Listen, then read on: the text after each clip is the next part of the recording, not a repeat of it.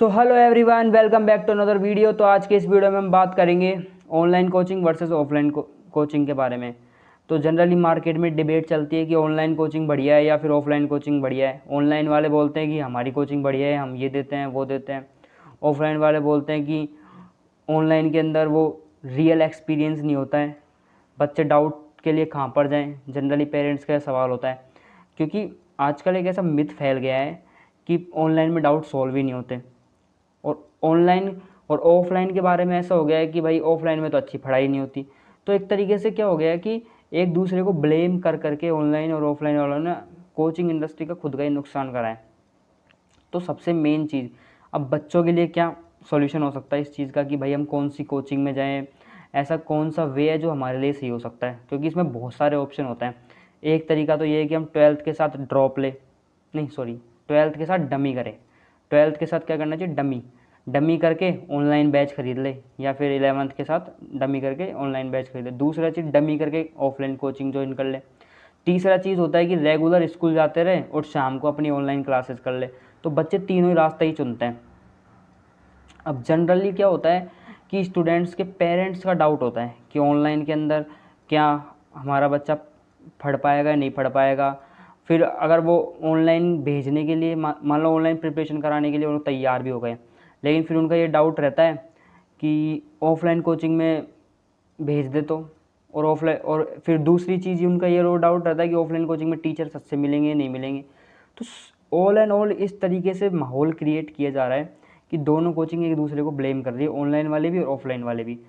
But बच्चों को ये सोचना चाहिए कि आपके लिए क्या बेटर है। अगर आप एक ऐसे बच्चे हो कि जो घर पर आसानी से बैठकर सेल्फ स्टडी कर सकता है, क्लासेस अटेंड कर सकता है और खुद से पढ़ाई करने के लिए बैठ सकता है, उसको किसी को पुश करने की ज़रूरत नहीं है जेई की तैयारी करने के लिए, तो आपको डेफिनेटली ऑनलाइन कोचिंग को प्रेफर करना चाहिए। क्योंकि ऑनलाइन कोचिंग में आपको बेस्ट टीचर्स मिलेंगे। बेस्ट टीचर तो डेफिनेटली मिलेंगे, ऐसा कोई बैच का सिस्टम तो होता ही नहीं है। बैच होते हैं लेकिन उसके अंदर सबको पता होता है कि ये टीचर बेस्ट हैं, पहले से आपको टीचर्स बढ़िया मिलते हैं। दूसरी चीज़ होती है कि ऐसा भी कुछ नहीं होता कि मटेरियल में डिफरेंस होता है, सेम मटेरियल रहता है, सेम सब चीज़ें सेम रहती है। ऑनलाइन से बच्चे एग्ज़ाम क्रैक करते ही हैं। फिर तीसरा डाउट रहता है कि डाउट सॉल्व होंगे या नहीं। आजकल सभी ऑनलाइन जो भी पढ़ा रहे हैं, आजकल जितने भी कोचिंग इंस्टीट्यूट है उन्होंने सबने ऐसे रिसोर्सेज डेवलप कर लिए, ऐसी चीज़ें डेवलप कर लिए, ऐसे सॉफ्टवेयर्स या फिर ऐसे टूल्स डेवलप कर लिए कि वो आपको आसानी से डाउट सॉल्व करवा करके दे सकते हैं। और हर कोचिंग आजकल ऑफलाइन से ऑनलाइन शिफ्ट कर रही है, यानी हाइब्रिड मोड पे चल रही है। ऑनलाइन भी पढ़ा रहे हैं और ऑफलाइन भी पढ़ा रहे हैं। और अगर ऑफलाइन कोचिंग की बात की जाए तो ऑफलाइन कोचिंग हमेशा से एक बेस्ट तरीका रहा है। आप ऑफलाइन कोचिंग में जाओ, जा करके पढ़ाई करो। अब लेकिन ऑफलाइन कोचिंग के बारे में ये डाउट आता है कि टीचर्स सही नहीं मिले, तो वो एक इश्यू हो सकता है ऑफलाइन के लिए कि ऐसा भी होता है कि वहाँ पे बैच सिस्टम होता है। कुछ कुछ कोचिंग्स के अंदर आप पीछे वाले बैच में हो तो वहाँ पर आपको थोड़े कम लेवल के टीचर मिलेंगे, और आगे जैसे बैच आपके बढ़ते अच्छा बैच होगा तो आपके अच्छे टीचर्स मिलेंगे। तो सेक्शन के ऊपर भी डिपेंड करता है। तो ऑफलाइन कोचिंग का एक ड्रॉबैक तो है, बट ऑफलाइन कोचिंग के बहुत सारे फ़ायदे भी हैं कि आपका टाइमिंग फिक्स है कि अगर आपने आज क्लास देखी, आपको टीचर ने ऑफलाइन क्लास प्रोवाइड कराई और वो पढ़ा रहा है और आपने क्लास ली, तो आपको कुछ समझ में आएगा।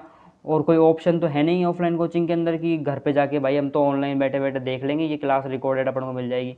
लेकिन ऑनलाइन कोचिंग में क्या होता है कि जैसे आज रिकॉर्डेड क्लास है, आप सोचोगे संडे को देख लेंगे क्या दिक्कत है। तो ये ऑनलाइन कोचिंग का एक ड्रॉबैक होता है। लेकिन ऑफलाइन में आपको डेली क्लास जाना ही है, वरना आप पीयर ग्रुप से पीछे रह जाओगे। और ऑफलाइन कोचिंग में क्या होता है कि आपको ये बेनिफिट मिलता है कि आपके आसपास वाले पढ़ाई कर रहे होते हैं, अगल बगल में ऐसा तो नहीं होगा कि कोई टाइम पास कर रहा है। अब घर पे तो ये होता है कि आपका घर का माहौल तो आपको पता ही है।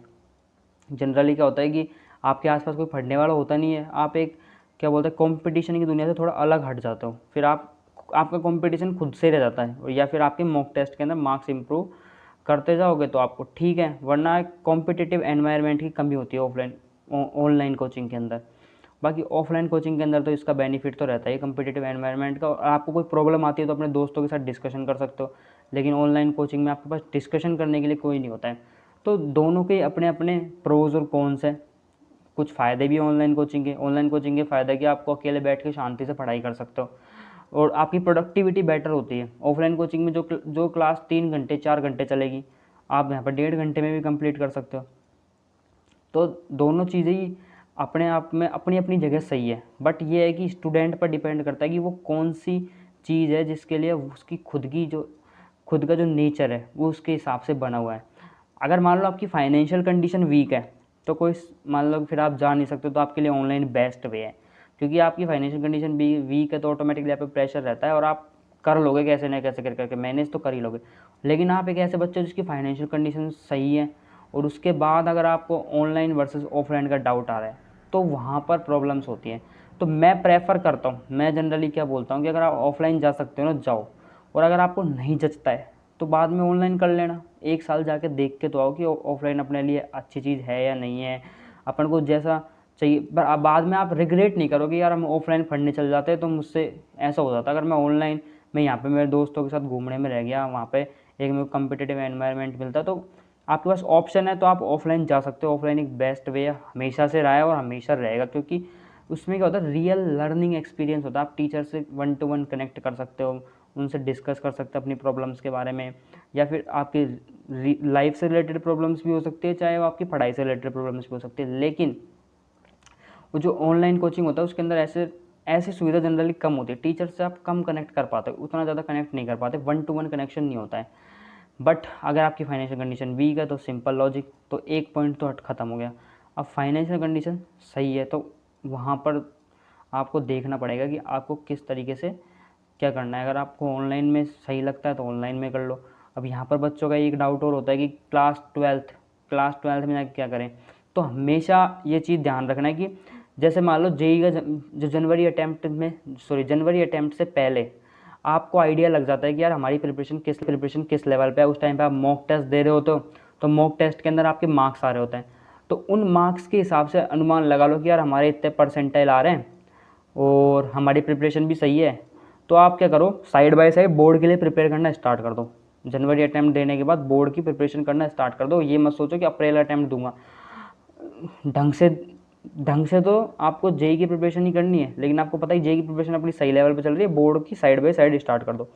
लेकिन अगर मान लो कि आपको जनवरी अटैम्प्ट से पहले पता है कि यार अपनी सिचुएशन ख़राब है जेई में, अपने 90 परसेंटाइल भी मुश्किल से आ रही है, तो आपको फुल फोकस बोर्ड पे करना है। क्योंकि बोर्ड में अगर आपके 75% मार्क्स नहीं आए तो आपके लिए प्रॉब्लम खड़ी हो सकती है, क्योंकि 70 फिर वही चक्कर हो जाएगा कि आपको इम्प्रूवमेंट एग्ज़ाम और फिर अगले साल दोबारा एग्ज़ाम देनी पड़ेगी। ऐसे बहुत से बच्चे हैं, मेरे दोस्त हैं जो कोचिंग गए थे 11-12 के अंदर, बाद में उनकी परसेंटेज कम बनी तो उनको वापस 12th में दोबारा रिपीट करनी पड़ी क्लास 12th।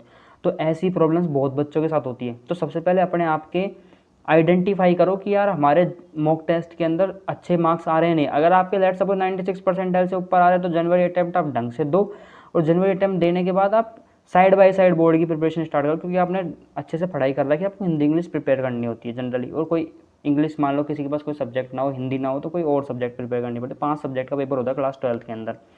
लेकिन अगर आपकी परसेंटाइल कम है तो जनवरी अटैम्प्ट देने के बाद आपको फुल फोकस बोर्ड पर करना है। जेई के लिए आपको कम पढ़ाई करनी है, जेई के लिए ज़्यादा पढ़ाई उनकी करनी है जिनके मार्क्स सही आ रहे हैं, क्योंकि उनके लिए जेई क्रैक करना भी ज़रूरी है। बट लेकिन आके मार्क्स कम आ रहे हैं, परसेंटाइल में कम आ रही है, तो आपको जनरली बोर्ड पे फोकस करना चाहिए, क्योंकि आपका बोर्ड का रिजल्ट बहुत इम्पैक्ट डालता है।